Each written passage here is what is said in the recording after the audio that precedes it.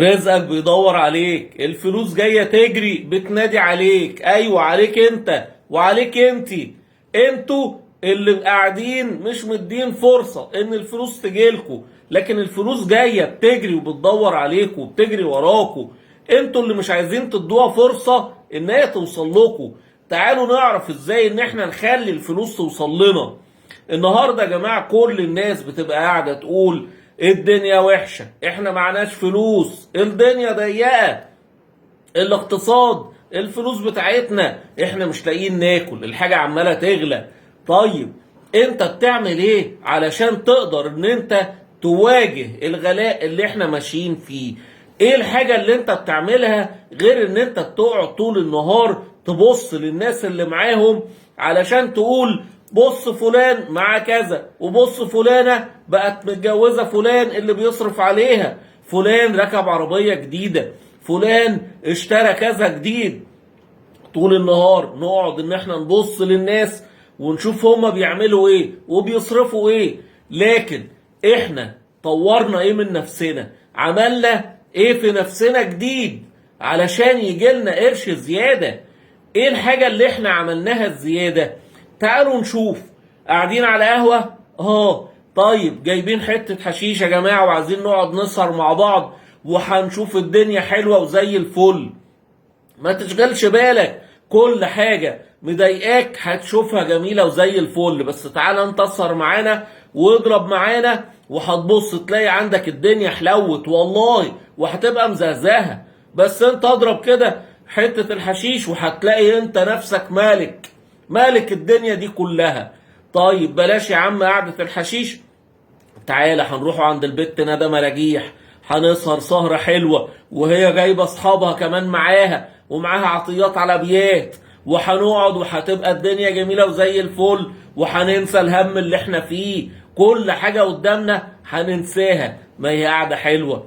طب بلاش، ما تيجي نقعد على القهوة نتفرج على ماتش ونشوف كاس العالم ونشوف البطولة ونشوف ماتشات كورة ونقعد نسمع في الاخبار ونشوف المشاهير بيروحوا فين وبيتفسحوا فين واحنا قاعدين مكاننا زي ما احنا.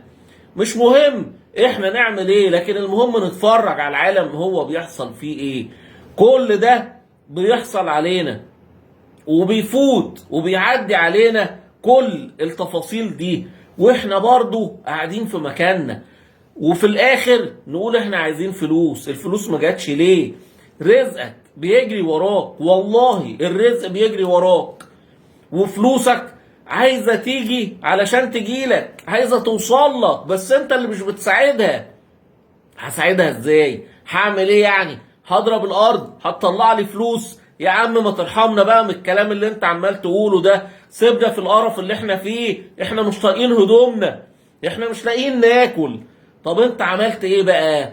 تعال نشوف نقدر نعمل ايه بدل القعدة وبدل الكلام وبدل البص للناس وبدل الكلام ده كله. يا جماعة نعمل اي شغل، والله العظيم انت تقدر تعمل شغل حلو جدا جدا جدا، بس انت مش مدي لنفسك وقت من البص للناس ومن القر على الناس ومن الحسد ومن المشاكل اللي انت عايز تدخل فيها، وطول النهار تدور على مشاكل وتدور على خناقات وتدور على حتة حشيش وتدور على بنت تمشي معاها.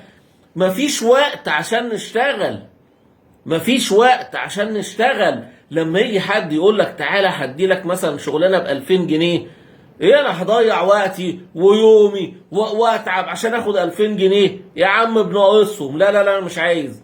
انا يا اما اقعد على مكتب واخد في الشهر 10000 جنيه بس ما اشتغلش. اوعى تديني شغل، انا عايز اخد فلوس، لكن تديني شغل لا.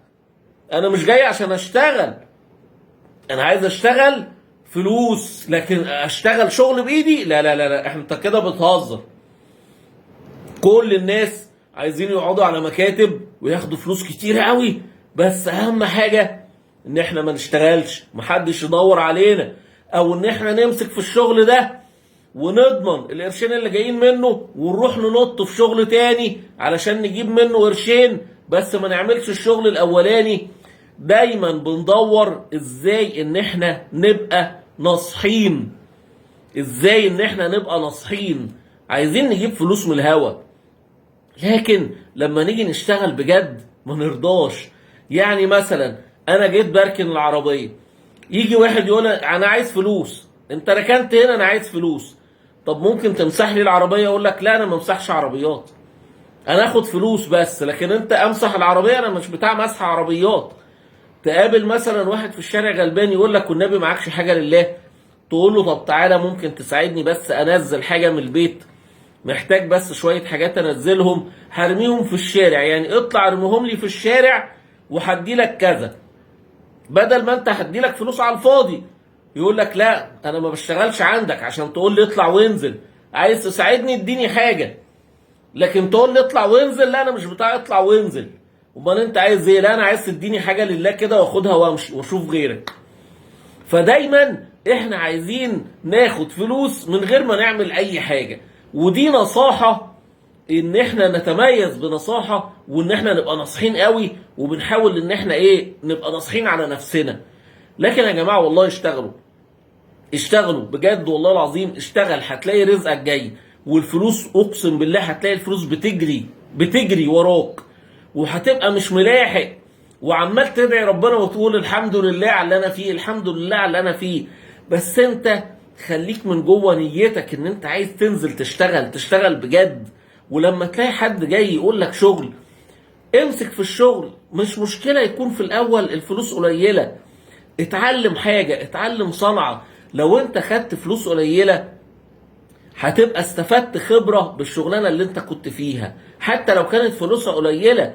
ما تقولش لأ، ما تسيبش شغلانة عشان فلوسها قليلة إلا لما تلاقي حاجة تانية تمسك فيها. بلاش ان احنا نسيب الشغلانة ونقعد في البيت، قعدة البيت القعدة فيه وحشة قوي. لو انت قعدت لأهلك ووالدك ووالدتك وشافوك وانت قاعد والله هيبقوا زعلانين جدا. لو انت متزوج ورحت قعدت في البيت وقلت لمراتك والله اصل انا مش لاقي شغل بقى وانا قاعد لغايه لما ربنا يسهلها، والله من جوه هتبقى هي متضايقه بس مش عارفه تعمل حاجه. ممكن تكون هي بتشتغل وانت سبت شغلك، بتقول ما هي واحده بتشتغل وخلاص وواحد فينا كفايه. بجد يا جماعه والله صفوا نيتكم وقول من جواك ان انت عايز رزق، عايز ان ربنا يرزقك. طول ما انت نيتك هتبقى كويسه مع ربنا وانت عايز تمد ايدك وتشتغل وتمد ايدك في الصخر عشان تجيب فلوس، والله ربنا هيوفقك. بس ما تاخدش الفلوس تصرف في حاجه غلط، ما تاخدش فلوس جايالك وتروح تحشش بالليل، ما تاخدش فلوس جايالك وتروح للبيت تعطيات عربيات تديها 300 400 جنيه اللي انت عملتهم النهارده، وهي تاخدهم منك في ربع ساعه، تبقى ضربتك على قفاك وخدت هي فلوسك. ما تروحش تشتري مخدرات وتروح تشتري سجاير وتروح تضيع صحتك، انت كده ما بتعملش حاجه. والله يا جماعه احسبوا الفلوس اللي بتصرفوها في المخدرات وفي الحشيش وعلى النسوان وعلى القرف وعلى القهوه وعلى البهدله وعلى السجاير. والله احسب يا جماعه الفلوس دي هتلاقي انت ملك، وصحتك اقسم بالله صحتك هتبقى وحش، هتتغير. النهارده البنات بقوا بيشربوا مخدرات وبقوا بيشربوا سجاير وبيحششوا ويعني بجد يا جماعه والله العظيم الواحد بيحزن لما يشوف ان في جيل سواء الجديد او الناس الكبار اللي موجودين مش عايزين نخلي كل همنا وكل مشاكلنا من ناحية الحشيش والمخدرات والناحية الجنسية. خلي تفكيرك كله في الشغل، واخلص مع نفسك واخلص مع ربنا، واقسم بالله العظيم هتلاقي ربنا باعت لك رزق لا تتخيله. بس اخلص النية. اشوفكم يا رب كل خير، واشوفكم يا رب كلكم معاكم اللي يرضيكم. ودايما نقول ان الرزق عمره ما كان فلوس، اعرف الموضوع ده كويس جدا. الرزق عمره ما كان فلوس. شوف ربنا رزقك ايه غير الفلوس وما رزقش غيرك بيها، هتلاقي ان انت عندك ربنا ادالك حاجة مش موجودة والله عند غيرك. بس كل واحد يدور في اللي معاه ويشوف ربنا اداله ايه وهيبقى سعيد جدا.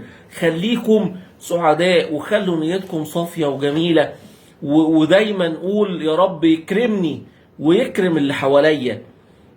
ما تقعدش تفكر في ضرر للناس اللي حواليك، لان انت كل ما هتفكر في ضرر للي حواليك هم هيفكروا لك هم كمان في ضرر، وهتبقى العيشة كلها سواد. خلي كل واحد يمشي في طريقه وكل واحد يمشي في سكته، ما تحاولوش ان انتوا تخبطوا في بعض ولا تأذوا في بعض. وفكر كل تفكيرك بس كده ان ربنا يكرمك ويديلك رزقك واسرتك، وحياتك هتبقى جميلة جميلة جميلة ان شاء الله. اشوفكم يا رب بكل خير وحلقة جديدة من كلام له معنى وجمال هاشم. السلام عليكم.